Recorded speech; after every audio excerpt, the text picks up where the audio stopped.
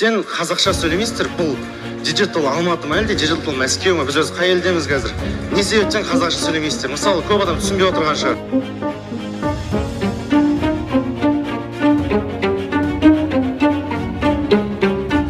Залда жиналған адамдардың 90% қазақ, бірақ арттарыңыздағы жазуда барлығы орысша, өздеріңіз орысша сөйлеп отырсыздар.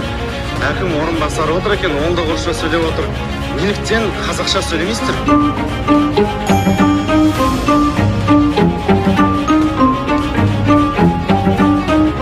Өте көп қазақтар болды, шынымен ішінде түсінбей отырғандар да болды. Мен мысалы өзім негізі қазақша сөйлеймін, сондықтан маған олардың кейбір сөздері түсініксіз болып шықты да. Сондықтан жеке өзіме ыңғайсыз болды. Себебі ол тақырыптар өте күрделі, жақсы тақырыптар көтерілді. Қазақтың мәдениетін дамыту, біздің істеп жүрген блогинг, диджитал әлемді дамыту деген сияқты сондай. Осы ғана сұрағым. Жауап жоқ қой сонда? Рахмет, жоқ. Бар, кешірім сұраймын. Тоқтаңыз, мен сізді түсіндім. Кешірім сұраймыз. Мен бастадым қазақша, бірақ тағы да қазақша сөйлейтін, түсінетін адам енді 50% болса жақсы болатын еді. Енді креативті индустрияларға қатысты сұрағыңыз бар ма? Чем-то 2-3 триллиона долларов. Сколько нулей там сами можете дописать?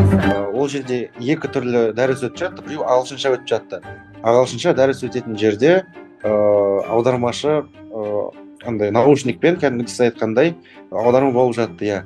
Ал жаңағы жерде таза орысша өтіп жатқан олардың лекциясында ол жерде мен наушник немесе аудармашы байқаған жоқпын. Особенно в части, что я не смотрел ни один фильм на казахстанской платформе диджитальной, ну потому что ее нету.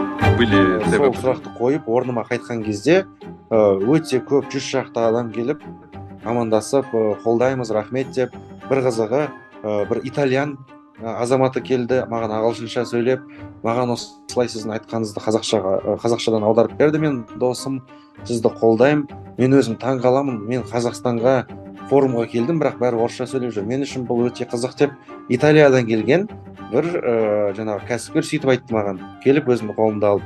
Одан кейін Түркиядан келген бір кәсіпкер де қазақша біледі, орысша білмейді екен. Айтады, мен Қазақстанға пайдалы бір форумға келдім деп ойладым. Бірақ мен дым түсінген жоқпын дейді. Кешірім сұраймыз, бірақ келесі кезде қазақша сөйлейміз. Сіз келесі спикер болып. Рахмет. Рахмет.